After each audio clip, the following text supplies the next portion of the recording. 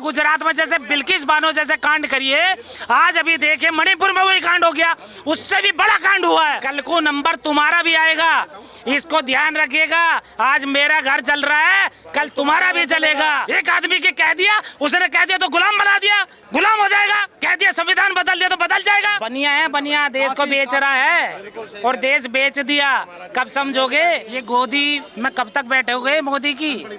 अब निकल के आओ बाहर, अपने देश को संभाल लो, अपने संविधान को संभाल लो। भाजपा सरकार नहीं बना सकती 24 में, कुछ भी करेंगे पर हम इनकी सरकार नहीं बनने देंगे, आप निश्चित मान लो। 24 में आ रहे हैं, 50 साल हम रहेंगे।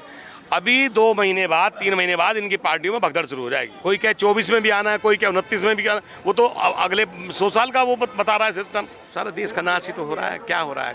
कोई देश के हित में काम कोई हो रहा है? कुछ कर कोई रहे हैं, ये मूर्ख बना रहे हैं। एक ही थैली के चट्टे बट्टे हैं, उन्होंने देश का नाश कर दिया। नमस्कार साथियों, आप देख रहे हैं नेशनल दस्तक। अभी हम लोग बाबा साहब के स्मारक पे पहुंचे हुए हैं और यहाँ पे जय भीम मिशन को लेकर के लोग इकट्ठा हुए हैं। चल के हम इन चीज़ से बात करते हैं कि क्या आज का जो इनका जो प्लान था, आज इनका जो मिशन था, वो किन विषय वस्तुओं पे था। आज का जो दिन था, मिशन जय भीम का 3रा स्थापना दिवस था। मिशन जय भीम इसी उद्देश्य को लेके बना था कि बाबा साहब ने बौद्ध धर्म की जो दीक्षा ली थी, वो इसलिए ली थी कि देश में समता, समानता, भाईचारा, करुणा, मैत्री और न्याय का वातावरण देश में बने। और आजकल जो सरकार चल रही है देश के अंदर और प्रदेशों में चल रही हैं, वो नफरत का माहौल उन्होंने बना रखा है। ऐसे में धर्म की बहुत ज़्यादा ज़रूरत है, तो धर्म पे कोई काम नहीं कर रहा था। इसलिए सब लोगों ने मिलकर मिशन जय भीम का निर्माण किया, माननीय राजेंद्र पाल गौतम जी के नेतृत्व में। और ये सब जगह प्यार, मोहब्बत, करुणा, मैत्री, न्याय रहे, लोगों को मिले, समाज में एक दूसरे के साथ स्नेह हो, नफरत से ना मिले। इस उद्देश्य के आज से 3 साल पहले इसको शुरू किया था, तो आज उसका 3रा स्थापना दिवस था। और लोग जुड़ रहे हैं, मिल रहे हैं, लोगों में प्रेम बढ़ रहा है। नफरत फैलाने वाले नफरत फैलाएं, लेकिन अच्छाई और प्रेम फैलाने वाले प्रेम फैला रहे हैं। सर, क्या लग रहा है जो SC ST OBC माइनॉरिटी के जो लोग हैं, जो हिंदुओं के जो भगवान के धागे में बंधे हुए हैं, क्या उन सभी लोगों को धर्म की ओर लेके आ पाएंगे आप? देखिए, ये एक बड़ा सार्थक प्रयास है, और जब प्रयास होता है ना तो रिजल्ट आते हैं। देखो, 1 मिनट में तो कोई 1 मिनट में, 1 दिन में या महीने भर में तो रिजल्ट नहीं आते हैं। अभी आप कोई फसल बोते हैं तो फसल भी 3-4 महीने में पैदा होती है ना। ऐसे ये तो बहुत पुराना बीज पड़ा हुआ है असमानता का, नफरत का। तो इसको उखाड़ के दूसरी जो फसल हमें पैदा करनी है, उसमें थोड़ा समय तो लगेगा, लेकिन हम निश्चित तौर से कामयाब होंगे, लोगों को समझ में आएगा। सर, क्या लग रहा है आपकी जो महिलाएं हैं, उनको आप लोग जागरूक कर पा रहे हैं? नहीं, महिलाओं को भी हम लोग जागरूक कर रहे हैं, और यही तो कारण है कि देखिए आज यहाँ कार्यक्रम है। अभी 10 सितंबर का कार्यक्रम हमारा जयपुर में है। 50,000 से अधिक लोग बौद्ध धर्म की दीक्षा ले रहे हैं। फिर 26 नवंबर को हमारा कार्यक्रम उधर है, क्या नाम, अहमदाबाद में है, गुजरात में। वहाँ 1 लाख से अधिक लोग बौद्ध धर्म की दीक्षा ले रहे हैं। और 3 दिसंबर को कार्यक्रम होने जा रहा है दिल्ली के रामलीला मैदान में, जिसमें 1 लाख से अधिक लोग इकट्ठे होंगे और धर्म की बात करेंगे। सर, आप लोग कहीं ना कहीं शहरों को, लोगों को जागरूक कर पा रहे हैं, लेकिन कहीं ना कहीं जो गांव कस्बे में रहने वाले लोग हैं, महिलाएं हैं, तमाम बच्चे हैं, बूढ़े हैं, इन सभी लोगों के लिए आप लोग जागरूक करने का मिशन चला रहे हैं। मैं आपको यही बताना चाहता हूँ कि ये जो गांव में जो रहने वाले लोग हैं ना, वो तो मानते ही नहीं इनको। किनको? इन ब्राह्मणवादी व्यवस्था को। वो तो हमसे ज़्यादा बड़े मिशनरी हैं। ये जो शहर में आ गए ना, इन्हें हवा लग गई है, इनको ज़्यादा देवी देवता के पीछे पड़ रहे हैं। वो नहीं पड़ते ऐसे पीछे। वहाँ कोई गणेश चतुर्थी नहीं मना रहा, वहाँ कोई दूसरा नहीं मना, काली की पीली की कोई वहाँ पर नहीं मना रहा। ये तो जो शहर में रह रहे हैं, इनको जो पैसा मिल गया है, बाबा साहब की वजह से नौकरी लग गई, इनको ज़्यादा दिमाग खराब हो रहे हैं। वो तो बिल्कुल ठीक है, बिल्कुल, वो तो बिल्कुल जो है मिशन के लोग हैं। और देखिए, उत्तर प्रदेश में जो सरकार बनाई, वो शहरों ने नहीं, गाँव ने ही बनाई है। तो गाँव के लोग तो हमसे ज़्यादा शिक्षित हैं इस मामले में। उत्तर प्रदेश में तो योगी की सरकार है, जो राम राज स्थापना कर दिया है। वो तो आज है ना, उससे पहले भी तो मायावती की सरकार थी ना, तो वो भी तो गांव के लोगों ने बनाई थी। नहीं, कह रहा है 24 में हम फिर से आएंगे। नहीं, कोई कुछ कहे उससे क्या फर्क पड़ता है। कोई कहे 24 में भी आना है, कोई कहे 29 में भी आना, वो तो अगले 100 साल का वो बता रहा है सिस्टम। भारत में रहना होगा तो योगी मोदी कहना होगा। देखिए, ऐसे तो आपने डिक्टेटर उसका नाम सुना है जो बहुत बड़ा डिक्टेटर हुआ था इस देश में, तानाशाह, हिटलर, जर्मन का हिटलर। क्या आलम हुआ उसका, क्या आलम हुआ बताएं आप हमें। अमित शाह जी बोले हैं मंच पे 50 साल तक हम अपनी सत्ता में कायम रहेंगे। आपने हिटलर को तो सुना ना, मैं वही तो कह रहा हूँ। उसने तो उसने तो चैम्बर में बंद कर करके लोग मार दिए थे, गोली मार देता था यदि उसकी नहीं मानोगे तो। वो तानाशाह था। आप लोग कह रहे हैं हम 24 में आ रहे हैं, अमित शाह बोले हैं 50 साल हमको अभी सत्ता में रहना है, हटा नहीं सकता है कोई हमको। हम ये कह रहे हैं 24 में जमानत बचा लेना अपनी है। वोट कहीं भी डालिए, जीतेंगे हम ही। बहुजन समाज जाग चुका है और बहुजन समाज देश में 88% है। ये कहना कि हम ही आएंगे, ये ठीक है, वो गुलाबी ख्वाब है ना, ख्वाबी पुलाव है, खा लेने तो क्या दिक्कत है। 85% वाले बहुजनों का रिप्रेजेंटेशन कितना है सर? 85% के जो लोग हैं उनका रिप्रेजेंटेशन बहुत है। आप यहीं से लगाना शुरू करो। इस देश में कितने मुख्यमंत्री हैं बताओ, कितने हैं? यहीं से शुरू कर देता हूं मैं। इंडिया में सबसे ज़्यादा, भारत में सबसे ज़्यादा ये 85% वाले ही मुख्यमंत्री हैं। पर दिक्कत ये है कि ये दूसरे के नीचे लग रहे हैं। अब इनको ज्ञान करा रहे हैं हम, अब वहाँ से निकल रहे हैं ये। अभी तो आप देखना जो कह रहे हैं ना, अभी आएंगे 24 में आ रहे हैं, 50 साल हम रहेंगे। अभी 2 महीने बाद, 3 महीने बाद इनकी पार्टियों में भगदड़ शुरू हो जाएगी। मिलेगा नहीं कोई, भगदड़ शुरू हो जाएगी। आप लोग कहते हैं कि बहुजनों को सत्ता में लाना है, प्रधानमंत्री खुद भी तो ओबीसी समाज से आते हैं। देखिए, प्रधानमंत्री ओबीसी समाज से आते हैं, वो कहते हैं, मैं तो मानता नहीं। बात है विचारधारा की, बात समाज की नहीं है। जब विचारधारा पुष्ट होगी तब काम चलेगा। हम लोग विचारधारा को पुष्ट करने में लग रहे हैं। शेड्यूल कास्ट के महिला को इस देश में राष्ट्रपति बना दिया जाता है, क्या दिक्कत है सर? आप ही के समाज से तो है अभी। नहीं, इससे पहले तो वो रामनाथ कोविंद जी को बनाया था। जब कोविंद जी को बनाया था तो शिक्षा खत्म कर दी थी, और अब आदिवासी को बना दिया तो आदिवासियों को मारना शुरू कर दिया। आप ही का लोग हैं ना वो लोग भी। मैं आपको क्या कह रहा हूँ, मैंने कहा समाज से फर्क नहीं पड़ता, विचारधारा पुष्ट करनी पड़ेगी। ये विचारधारा से तो नहीं है। राष्ट्रपति बन जाना, प्रधानमंत्री बन जाना भी कोई बात नहीं है, यदि आपकी विचारधारा का नहीं है, महत्वपूर्ण विचारधारा है। फिर आप लोग किसको लाना चाहेंगे? उसे लाएंगे जो विचारधारा, जिसकी विचारधारा जो है बाबा साहब की विचारधारा होगी, तथागत की विचारधारा होगी, उन लोगों को लेके आएंगे। लेकिन जो गोलबर की विचारधारा पे काम कर रहे हैं उन लोगों को हम स्वीकार नहीं करेंगे। जो संघ की धारा पे काम कर रहे हैं उससे हम लोग कंप्रोमाइज नहीं करेंगे। आरएसएस से क्या दिक्कत है? आप देख तो रहे हो मणिपुर में क्या हो रहा है, अच्छा हो रहा है। मणिपुर में बताइए क्या हो रहा है।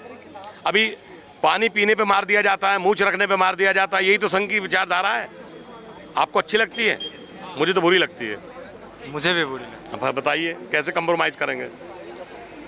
ऐसी विचारधारा नहीं चाहिए हमको। आगे आप लोग किसको प्रधानमंत्री के रूप में देखना चाहते हैं? वो अभी समय देखिए, वक्त आएगा, उसमें तो समय बहुत है। अभी हमें काम करने की जरूरत है, कर रहे हैं हम। और अभी जो अगले चुनाव भी आ रहे हैं उसमें हम कुछ भी करेंगे, पर हम इनकी सरकार नहीं बनने देंगे, आप निश्चित मान लो। भाजपा सरकार नहीं बना सकती 24 में। क्यों? बनने नहीं देंगे, हम नहीं बनने देंगे ना, समाज नहीं बनने देगा ना। समाज खड़ा हो गया ना, जाग गया। वो बहन बेटियों की बहुत बेइज्जती हो चुकी है। आपका जो जय भीम मिशन चल रहा है, कितने वर्ष से अभी चल रहा है? 3रा साल बताया ना, 3रा स्थापना दिवस था। कितने राज्यों में अभी इनकी कार्यक्रम होती है? 22 राज्यों में। 22 राज्यों में। सर, इसको 29 राज्यों में कब तक आप लोग कर पाएंगे? नहीं, निकट भविष्य में हम लोग लगे हुए हैं, पहुंच जाएगा सब, बहुत जल्दी पहुंच जाएगा। इस साल में हमारा कंप्लीट हो जाएगा पूरा इंडिया। ये 4था साल है, 4थे साल में हो जाएगा, कोई दिक्कत नहीं।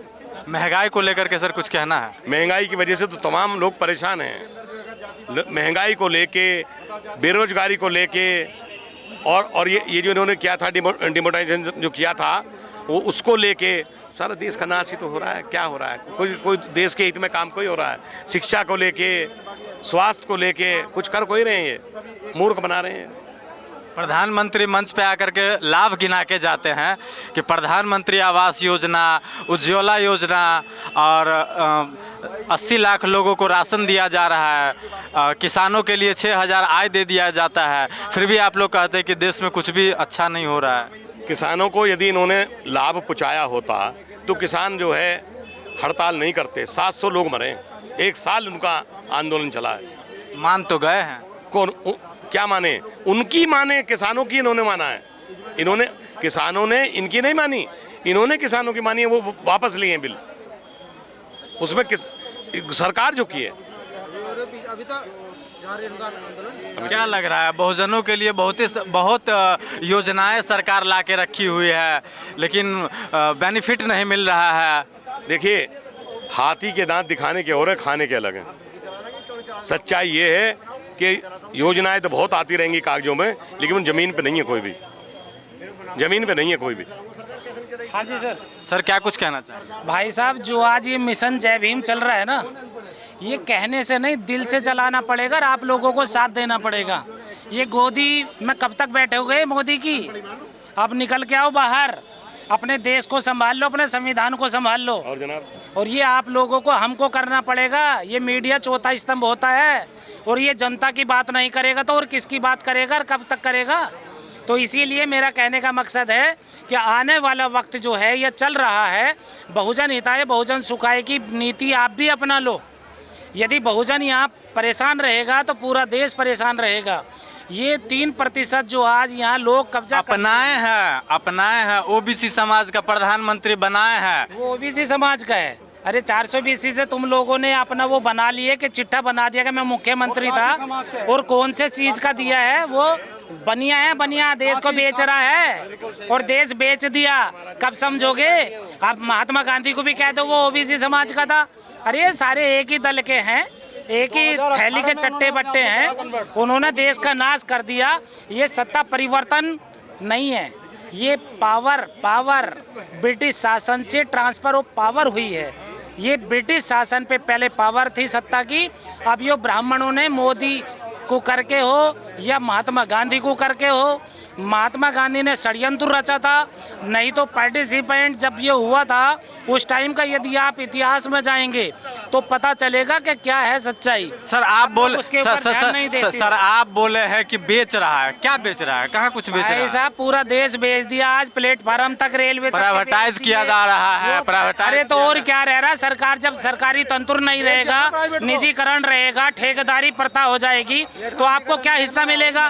क्या हिस्सेदारी रहेगी? आज सुप्रीम कोर्ट में आप मुझे बताइए कितने SC ST लोग कहता है कि प्राइवेटाइज हो जाने से हम लोगों को फायदा होगा। लोग कहता है इन्हीं लोगों के षड्यंत्र है, आप अपने षड्यंत्र पे घुसा देते हो। इनके षड्यंत्र को तुम बहुजनों का बतला देते हो। क्या ये बात है? बहुजनों की बात क्यों नहीं करते आप लोग? बात करते हो कि इन्होंने ऐसा कह दिया, वैसा कह दिया। एक आदमी कह देगा तो उसके कहने से देश बच जाएगा। आप लोग क्यों नहीं समझते हो? कब समझोगे आप लोग? कब आओगे लाइन पे? हैं? पूरा देश को बेचने में आप भी साथ दे रहे हो। एक आदमी के कह दिया, उसने कह दिया तो गुलाम बना दिया, गुलाम हो जाएगा। कह दिया संविधान बदल दिया तो बदल जाएगा। और संख्या नहीं है, जनसंख्या नहीं है, और लोग नहीं है यहाँ पे। यहाँ देखिए, विविधताओं में परंपराओं का मेरा देश है। यहाँ सिख भी रहता है, बौद्ध भी रहता है, ईसाई भी रहता है, मुस्लिम भी रहता है। सबकी भागीदारी है, सबके महापुरुषों ने बलिदान दिया है, कुर्बानी दी है, ये ध्यान रखिएगा। लेकिन मुस्लिमों को जो कटने पे जो आज SC ST OBC के लोग खुश होते हैं ना, कल को नंबर तुम्हारा भी आएगा, इसको ध्यान रखिएगा। आज मेरा घर चल रहा है, कल तुम्हारा भी चलेगा, और इस बात को यदि नहीं सोचोगे तो तुम भी पिटोगे। आज 85% क्यों पिट रहा है? कारण वही है उसका कि तुमने मुस्लिमों को पिटते हुए खुश देख रहे हो। आज मुस्लिम को देख रहे हो कि गुजरात वाला मॉडल कांड देख रहे हो। अरे गुजरात में जैसे बिल्किस बानो जैसे कांड करिए, आज अभी देखिए मणिपुर में वही कांड हो गया, उससे भी बड़ा कांड हुआ है। कब जागोगे? ये नहीं कि आपको जो है केवल ताकत दे दी, लो जी आपको मंत्री पद दे दिया, आप खुश हो रहे हो उसमें? क्या ताकत है आपकी मंत्री बन के भी? ताकत तब होती है जब हिस्सेदारी होती है, और हिस्सेदारी जब तक नहीं लोगे तो आप ताकतवर कैसे बन जाओगे? आप हिस्सेदारी सिख की दीजिए, बौद्ध की दीजिए, लिंगायत की दीजिए, मुस्लिम की दीजिए, सबका जितना भी यहाँ धर्म है सबका हक अधिकार है। सबके बुजुर्ग हमारे काम करते हैं, मेहनत की है। सबसे ज्यादा तो मुस्लिमों के जो महापुरुष हुए हैं, उलेमा हुए हैं, सबसे ज्यादा लड़ाई तो उन्होंने लड़ी है। और हमारा SC ST OBC को तो नाम भी नहीं आने दिया। आज मुस्लिम क्यों करते हैं मुस्लिम कि यदि मुस्लिम दब गया तो आपकी न्याय, समता, समानता, न्याय, बंधुता की आवाज कौन उठाएगा? आपको तो पाखंडवाद में लगा देंगे।